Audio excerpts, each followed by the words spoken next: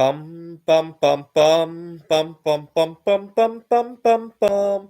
The Peter Dislike Show. Bum bum bum bum bum bum bum.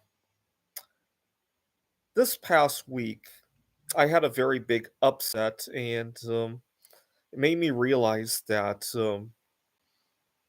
the idea that we're all in this together only applies if you are mainstream, right? If your sexual orientation is off, if your appearance is off, if your belief system is off, all bets are out, right? In terms of this camaraderie that one might think that they have with their circle, right? So what had happened? It's getting a little bit better, but earlier this month, I had some mental health issues that really affected my ability to drive. I had, in the space of 1 or 2 weeks, I counted 8 near miss car accidents, sometimes multiple in the same day. And it was getting terrifying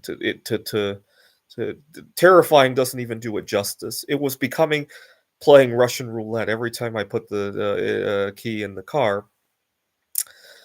And so I went to a couple of my colleagues, and I thought I could trust. Well, I do trust them, but I'll get to what happened in a second. First of all, what led up to me having such a mental health crisis? Well, I'm recording this on Halloween 2024.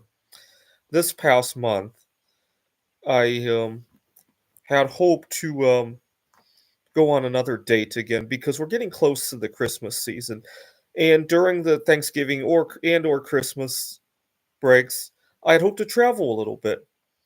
I want to go to Wallace, Idaho. They have a Christmas festival every Thanksgiving. I had hoped to see my family in Taipei. My grandparents and my aunt and uncle live in Taipei. Now, what does this have to do with a relationship back home? But I want to take care of things back home so that I can have somebody to come home to, right?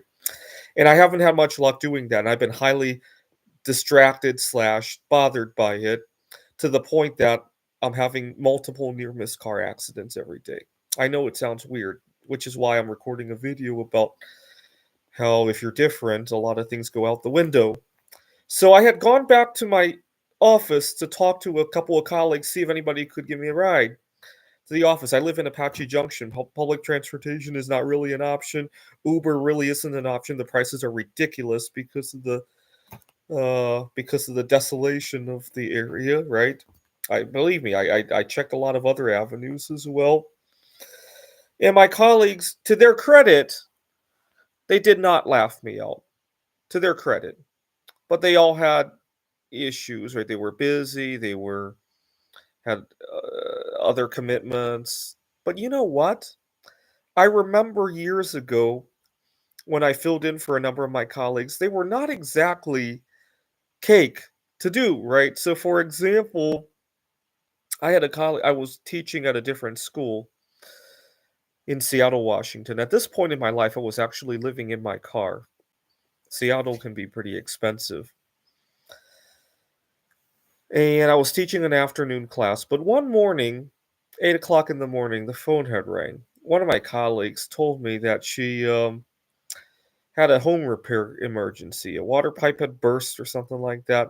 I think this was November when it happened. It was freezing because I distinctly remember that part of it. I woke up. I usually don't wake up at 8 a.m. I usually prefer to wake up when the sun is out, so it's not freezing when I wake up, right? Phone had rang and she had a home repair emergency. She had a 10 o'clock class. Now, keep in mind, I might have to review some of the material before the lecture, right? So there really wasn't much time to hesitate and think about it. I normally like to go to the gym to take a shower. I had a gym membership. There's no time for that. Get to the campus to review the material, and I get through the class. And it was only after class, because I love all of the students, so I didn't really think about this before, but it was only after class did it hit me. I'm living in my car. I got a colleague who owns a home in Bellevue somewhere. You know, they start at $1 or $2 million. I'll let you look it up. And I'm the one helping her? Really? Really? Right? I should be calling her and asking her, "Do you have a spare bedroom I could sleep in tonight? I'm living in my car, it's freezing. You made me wake up at 8 in the morning, it's freezing." In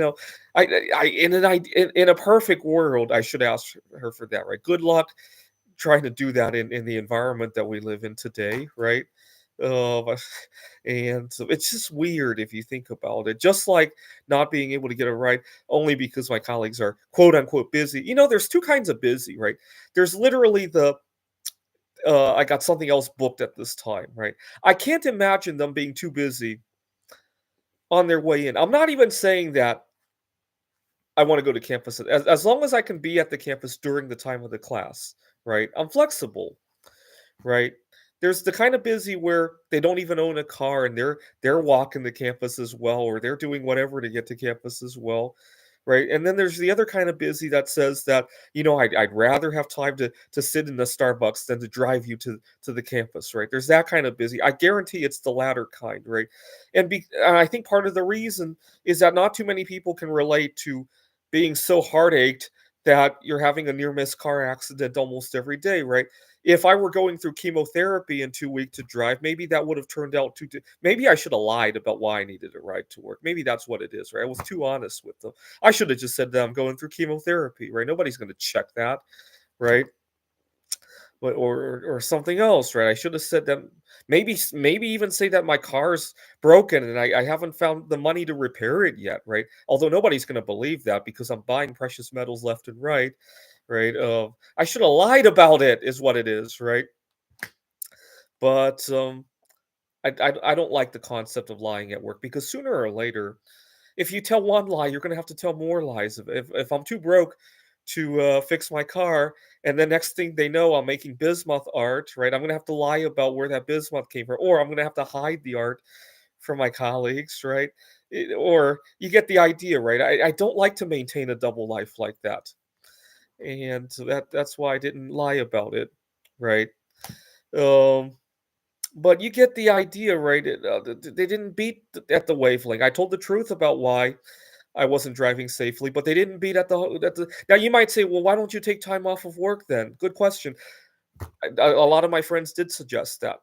The problem is that work is kind of healing my heartache situation. I need the work, but I don't need the commute, right? And it's just so weird, right? Not too many people can relate to work being therapeutical for their psyche, right? That was also a minority thought as well, right? And it just goes to show the next time my colleague needs my help because of a home repair, because they're going through chemo, no money to replace their car, or something like that, maybe I should think twice or three times and think if it's going to reciprocate. Or maybe I should talk to these people and let them know that the next time I expect this kind of reciprocation, even though they might not beat at it, right? I don't know. Feel free to leave a comment about that, about how I should have handled this current situation or the last one when my colleague had that water pipe burst at her home, right? This is the Peter Dislike Show. Bum bum bum bum bum bum bum bum bum bum bum bum. The Peter Dislike Show. Bum bum bum bum bum bum bum. Bum bum bum bum bum bum bum bum bum bum bum bum. The Peter Dislike Show. Bum bum bum bum bum bum bum.